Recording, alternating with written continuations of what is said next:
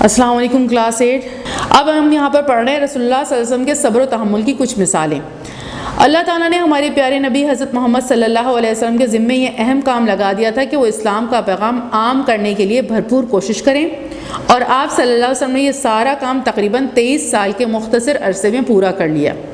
اس کام کی تکمیل میں رسول پاک صلی اللہ علیہ وسلم کو ہر تکلیف سے دوچار ہونا پڑا۔ اہل مکہ کی طرف سے آپ صلی اللہ علیہ وسلم کو بہت ساری تکالیف دی گئیں، کبھی زبانی تانہ زنی و بد کلامی کی گئی تو کبھی راستے میں کانٹے بچھائے گئے۔ یعنی حضرت پاک صلی اللہ علیہ وسلم کو زبانی تانہ زنی کیا ہوتی تھی؟ جادوگر ہیں، ساحر ہیں، اور کہتے ہیں ان کے اوپر کوئی جنات کا سایہ ہو گیا ہے، کیسی باتیں کرنے لگے ہیں، الٹے سیدھے جملے جو ہے حضرت پاک صلی اللہ علیہ وسلم کو دیا کرتے تھے۔ حضرت پاک صلی اللہ علیہ وسلم کھڑے ہو کے کسی کو، کچھ لوگ کھڑے ہو جاتے تھے، حضرت پاک صلی اللہ علیہ وسلم کو سمجھانے لگتے تھے اور دین کی باتیں بتانے لگتے تھے، تو یہ جو ابو لہب ان کا چچا اور یہ لوگ تھے تو وہ کیا کرتے تھے؟ تھوڑی دیر کے لیے کھڑے ہوئے، چلو بھائی چلو یہاں سے چلو، کیا سننے کھڑے ہو گئے، اس طرح کی بے عزتی اور اس طرح کی حرکتیں کرتے تھے وہ۔ تو یہ زمانی تانہ زنی اور بد کلامی کرتے تھے۔ پھر راستے میں کانٹے بچھاتے تھے۔ حضرت پاک صلی اللہ علیہ وسلم جب نماز پڑھنے کے لیے نکل رہے ہیں تو کانٹے بچھا دیے، کچرا پھینک دیا، ایک بڑھیا عورت کچرا پھینک دیا کرتی تھی، تو یہ ساری حرکتیں جو ہے وہ لوگ کرتے تھے۔ آپ صلی اللہ علیہ وسلم کے ساتھیوں کو بھی اذیتیں دی گئیں۔ حضرت یاسر رضی اللہ عنہ اور ان کی زوجہ حضرت بی بی سمیہ رضی اللہ عنہ کو بے دردی سے شہید کر دیا گیا۔ اب یہ حضرت یاسر رضی اللہ عنہ اور بی بی سمیہ رضی اللہ عنہ جو ان کی زوجہ تھیں، بیوی تھیں، ان کے ساتھ کیا کیا ابو جہل اور ان لوگوں نے؟ جب انہوں نے اسلام قبول کیا تو حضرت یاسر رضی اللہ عنہ کے ساتھ یہ کیا انہوں نے کہ 4 اونٹ منگوائے اور چاروں اونٹوں پر ان کے ہاتھ پیر چاروں اونٹوں سے باندھ دیے، چاروں ہاتھ پیر اونٹوں سے باندھ دیے، اور پھر اونٹوں کو دوڑوا دیا۔ تو جب اونٹ دوڑے ہیں تو وہ ان کے پرخچے اڑ گئے، ٹکڑے ٹکڑے ہو گئے وہ، کیونکہ ظاہر اونٹ ہر سمت میں دوڑے اور وہ ان کے برخچے ہو گئے، ان کے ٹکڑے ٹکڑے ہو گئے۔ اس طرح حضرت یاسر رضی اللہ عنہ کو انہوں نے شہید کر دیا۔ اور ان کی جو بیوی تھیں حضرت سمیہ رضی اللہ عنہ، تو ابو جہل بار بار حضرت سمیہ رضی اللہ عنہ کو ایک جو ہے وہ پلر سے باندھ دیا تھا، اور بار بار حضرت سمیہ رضی اللہ عنہ کے پاس جو ہے وہ بت کو لے جا کر کہہ رہا تھا، لکڑی کا بت تھا، بار بار جا کے کہہ رہا تھا کہ ایک دفعہ کہہ دو کہ اس میں کچھ ہے۔ تو حضرت سمیہ رضی اللہ عنہ نے اس کے اوپر تھوک دیا اس بت پر اور کہا اللہ تعالیٰ ایک ہے، احد اللہ تعالیٰ ایک ہے۔ تو جب انہوں نے یہ حرکت کی تو اس نے نیزہ نکالا اور ان کے جسم میں اتار دیا۔ اس طرح پہلی خاتون جو ہے وہ شہید ہوئی، بی بی سمیہ رضی اللہ عنہ۔ انہیں کوئی درد نہیں ہوا، بے دردی سے ان دونوں کو اس طرح شہید کیا انہوں نے۔ مشرکین مکہ نے آپ صلی اللہ علیہ وسلم سے معاشرتی، اور یہ صرف انہی کے ساتھ نہیں ہوا، اور صحابہ رضی اللہ عنہ کے ساتھ بھی انہوں نے بہت برا سلوک کیا۔ حضرت بلال رضی اللہ عنہ کے ساتھ یہ ہوا کہ امیہ ابن خلف تپتی ہوئی ریت پر، ریگستان، کیونکہ ظاہر مکہ جو تھا وہ ریگستان تھا، اب آج بہت زیادہ جو ہے وہ اس انداز سے ڈیولپ ہو چکا ہے، لیکن یہ تپتا ہوا ریگستان تھا۔ اب اس کی جو ریت تپ رہی ہوتی تھی، بالکل آگ کی طرح گرم ہو جاتی تھی، اس کے اوپر حضرت بلال رضی اللہ عنہ کو وہ لٹا دیتا تھا اور اپنا پیر بھی ان کے اوپر رکھ دیتا تھا، اور بار بار مطلب یہ کہلواتا تھا کہ یہ کہیں کہ یہ جو بت ہے ان میں بھی کچھ ہے، تو وہ بار بار یہ کہتے تھے احد اللہ تعالیٰ ایک ہے۔ اسی طرح حضرت خباب رضی اللہ عنہ کے ساتھ ان کی جو مالکہ تھی، یہ کیا کہ انہیں انگارے، دہکتے ہوئے انگاروں پر لٹا دیا اور ان کو کہا کہ اپنی شرٹ اتارو اور ان پہ لیٹ جاؤ۔ اب ظاہر ہے وہ ان کے غلام تھے تو ان کو تو لیٹنا، مطلب ان کی بات بھی ماننا ان کے لیے ضروری ہوتا تھا، تو وہ ویسے ہی مار دیتے۔ تو کیا ہے کہ انہوں نے کہا کہ اپنی شرٹ اتارو، لیٹ جاؤ۔ اب وہ انگاروں پر لیٹے ہیں تو جو چربی پگھلی ہے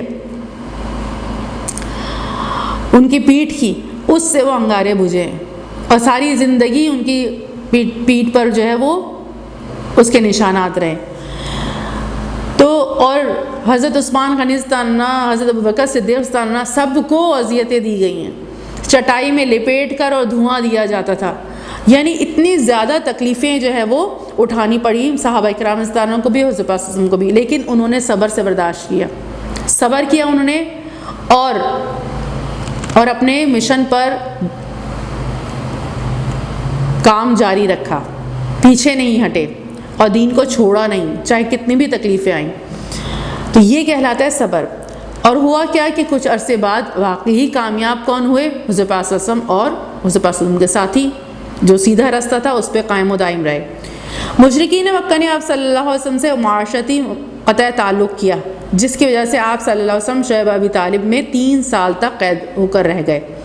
معاشرتی قطع تعلق یعنی پورا مکہ کوئی حضور پاک صلی اللہ علیہ وسلم کے قبیلے سے ملے گا نہیں، کوئی انہیں کوئی چیز بیچے گا نہیں، کوئی انہیں کوئی چیز فراہم نہیں کرے گا، اور ہر قسم کا تعلق کیا ہے توڑوا دیا انہوں نے پورے تمام مکہ کے لوگوں سے. اور پھر کیا ہوا کہ حضور پاک صلی اللہ علیہ وسلم ابو طالب حضور پاک صلی اللہ علیہ وسلم اور تمام اپنے قبیلے کے لوگوں کو شعیب ابی طالب میں لے جا کے محصور ہوئے. شعیب ابی طالب مکہ کے قریب ایک جو ہے وہ پہاڑی، 2 پہاڑیوں کے بیچ میں جو ہے وہ ایک جگہ تھی. اسی وجہ سے شعیب ابی طالب اسی وجہ سے کہتے ہیں کہ ابو طالب پھر وہاں جا کے جو ہے وہ ٹھہرے، 3 سال تک قید رہے وہاں پر. اور پورے مکہ میں باہر کی طرف سے پابندی تھی کہ کسی قسم کا کوئی غذائی سامان بھی ان کو نہیں دیا جائے گا اور نہ انہیں کچھ سامان بیچا جائے گا، یہ باہر بھی نہیں نکلیں گے. یعنی ہر چیز قسم کی پابندی لگا دی تھی، قطع تعلق بالکل. اور 3 سال تک وہاں اتنی بری حالت ہوئی ہے کہ بھوک سے جب بچے بلبلاتے اور روتے تھے تو چمڑے کو پکا کے اور اس کا پانی جو ہے وہ یہ لوگ پیتے تھے. یہ حالت ہو رہی تھی، پتے ابال کے پی رہے ہیں، چمڑا ابال کے پی رہے. کبھی کوئی جو ہے وہ حضرت خدیجہ عنہا کی کیونکہ مالدار عورت تھیں، ان کی حیثیت تھی، تو ان کی وجہ سے کوئی چھپکے سے کچھ دے جاتا تھا، یا کسی کو کوئی رحم آ جاتا تھا تو کبھی کوئی جو ہے وہ لے جا کے کھانا دے دیتا تھا. جب باہر جو ہے وہ رونے کی آوازیں آ رہی ہوتی ہیں اندر سے، تو وہ ان میں سے کسی پر رحم آ جاتا تھا کبھی شاذ، تو وہ جا کے دے دیتے تھے. 3 سال تک یہ قید جو ہے وہ برداشت کی اور تکلیف اٹھائی ہے. جہاں رسول اللہ صلی اللہ علیہ وسلم کو اپنے اہل خانہ، ہمدردوں اور پیروکاروں سمیت مختلف قسم کی تکالیف یا شعیب ابی طالب میں 3 سال تک قید ہو کر رہ گئے، اور جہاں رسول اللہ صلی اللہ علیہ وسلم کو اپنے اہل خانہ، ہمدردوں اور پیروکاروں سمیت مختلف قسم کی تکالیف اور فاقہ کشی کا سامنا کرنا پڑا. جیسے ابھی میں نے آپ کو بتایا کہ کس طرح جو ہے وہ فاقہ ہو رہا تھا، کھانے پینے کو کچھ نہیں ہوتا تھا اور تکالیف اٹھا رہے تھے. اس میں ان کے اہل خانہ تھے، ہمدرد تھے جو حضور پاک کے ساتھ ہو گئے تھے، پیروکار تھے. ان ساری تکالیف کے باوجود آپ صلی اللہ علیہ وسلم ان کے حق میں دعا کرتے رہے کہ یا اللہ انہیں ہدایت فرما، یہ نہیں جانتے. اس کے باوجود کہ وہ انہیں تکلیف دے رہے تھے، حضور پاک ان کے لیے دعائیں کر رہے تھے. رسول اللہ صلی اللہ علیہ وسلم طائف میں دین کی تبلیغ کے لیے گئے، دین سکھانے کے اور دین بتانے کے لیے گئے.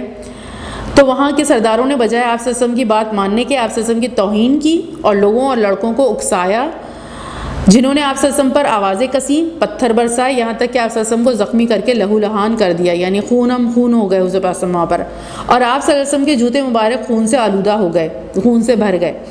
حضور پاک صلی اللہ علیہ وسلم کو اللہ تعالیٰ کی طرف سے پیشکش بھی کی گئی کہ آپ چاہیں تو ان کافروں کو تباہ کر دیا جائے، مگر آپ صلی اللہ علیہ وسلم نے فرمایا اے میرے اللہ ان لوگوں کو ہدایت دے، یہ مجھے نہیں جانتے. اب اس میں کیا ہوا تھا کہ حضور پاک صلی اللہ علیہ وسلم کو جب اس طرح انہوں نے حضور پاک کے ساتھ ایسا سلوک کیا تو حضرت جبرائیل علیہ السلام پہاڑوں کے فرشتوں کے ساتھ آئے اور فرمایا کہ آپ انہیں حکم دیں تو یہ آپ کا کے کہنے کے مطابق عمل کریں گے. انہوں نے کہا پہاڑوں کے فرشتوں نے کہ اگر آپ حکم دیں تو ان پہاڑوں کو ملا کے میں ان کو پیس دوں، اس بستی کے لوگوں کو جنہوں نے آپ کے ساتھ ایسا کچھ کیا ہے، اور اللہ کے حکم سے اللہ تعالیٰ نے بھیجا ہے.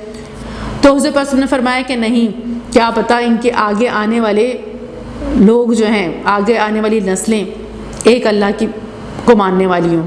اور واقعی ایسا ہی ہوا کہ طائف کے ہیں یہ محمد بن قاسم، اور ان کی وجہ سے ہم لوگ سندھ کے لوگ دائرہ اسلام میں داخل ہوئے، اور سندھ جو ہے باب الاسلام کہلایا. تو وہیں کے حضور پاک صلی اللہ علیہ وآلہ وسلم نے ان کے اوپر اتنی شفقت اور رحمت کی اور صبر اور تحمل سے جو ہے وہ تمام چیزیں برداشت کی اور ان کے لیے دعائے خیر کی، اور ان کو یہ کہا پہاڑوں کے فرشتوں کو کیا پتہ آگے یہاں کی نسلیں جو ہیں وہ ایک اللہ کی عبادت کرنے والی ہوں. تو صبر کیا وہاں پر بھی اور برداشت کیا. اور حضور پاک صلی اللہ علیہ وسلم یہ مطلب اس بات کو پہچان رہے تھے کہ یہ مجھے نہیں جانتے، اور ان کو جو ہے وہ بددعا بھی نہیں دی اور ان کے ساتھ شفقت اور رحمت کا رویہ کیا. یہ احمد مجتبیٰ صلی اللہ علیہ وسلم کے صبر و تحمل کا نتیجہ تھا کہ آپ صلی اللہ علیہ وسلم کی 23 سالہ مختصر جدوجہد کے نتیجے میں جزیرہ عرب پر توحید کا نور چمکنے لگا اور بت پرستی کا خاتمہ ہو گیا، اور وہاں مسلمان اللہ تعالیٰ کے علاوہ کسی اور سے نہیں ڈرتے تھے. اب یہ حضور پاک صلی اللہ علیہ وسلم کے صبر و تحمل کی وجہ سے ایسا ہوا کہ 23 سال میں یہ کام ہو گیا. اور صحابہ کرام رضوان اللہ حضور پاک صلی اللہ علیہ وسلم نے جو صبر کیا، ورنہ جو تکلیفیں انہوں نے دی تھی اور جو پریشانیاں وہاں پر اٹھائی جا رہی تھیں، اب پہاڑوں کے فرشتے تو آ گئے تھے کہ اگر آپ حکم دے تو پیس دیں انہیں، لیکن حضور پاک صلی اللہ علیہ وسلم نے یہ ساری تکلیفیں 23 سال تک برداشت کی. تو یہ صبر کیا حضور پاک صلی اللہ علیہ وسلم نے. اس صبر کی وجہ سے تمام جتنے بھی وہاں کے لوگ تھے وہ ایمان سے فیضیاب ہوئے اور پھر بعد میں جنت کے مستحق بھی بنے. اور پھر انہوں نے دین کے لیے بھی آگے کیا کیا؟ کام کیا. پھر ان کی نسلوں نے بھی کام کیا.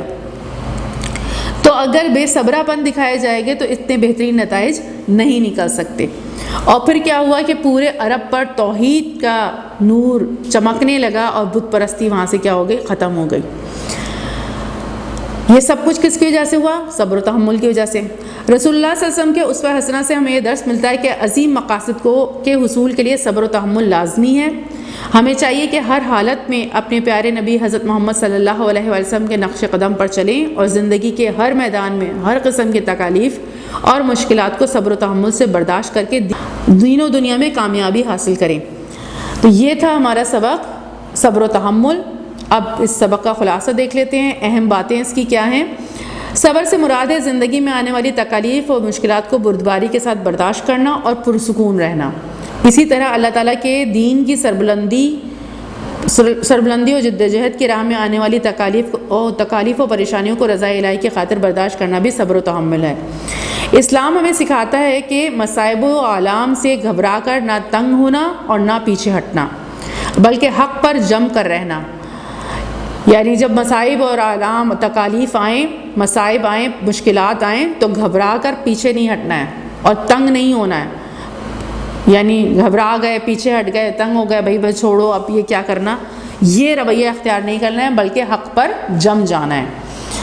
مشکلات کو صبر و تحمل سے برداشت کرنا. حضور پاک صلی اللہ علیہ وسلم اور صحابہ کرام رضی اللہ عنہم اجمعین نے ہر طرح کی تکالیف برداشت کر کے صبر و تحمل کی اعلیٰ مثال پیش کی ہے. اللہ تعالیٰ نے صبر و تحمل اختیار کرنے والوں کے لیے دنیا میں کامیابی اور آخرت میں بے حساب اجر کا وعدہ فرمایا ہے. اب اس کے سبق کے مشق کی طرف آ جاتے ہیں. مندرجہ ذیل سوالات کے جوابات دیں.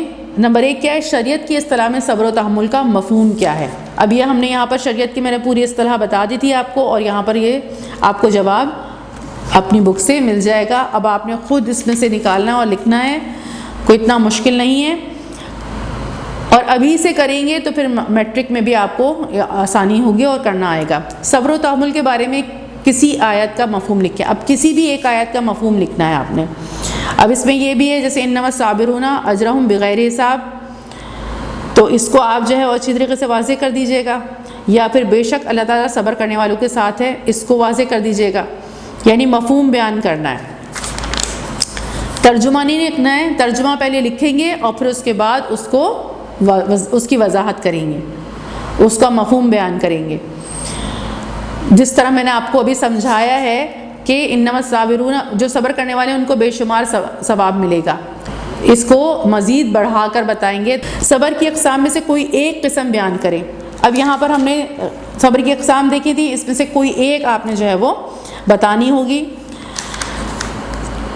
کس صحابی اور صحابیہ رضوان کو مکہ مکرمہ میں شہید کیا گیا؟ یہ بھی ہم نے پیچھے پڑھا ہے اور آپ نے اس میں سے نکالنا ہوگا کس کو شہید کیا گیا تھا جو آپ کی کتاب میں. میں نے تو مزید اور لوگوں کے حوالے سے بھی بتایا تھا کہ کیا کیا تکلیفیں ان کو جو ہے اٹھانی پڑی.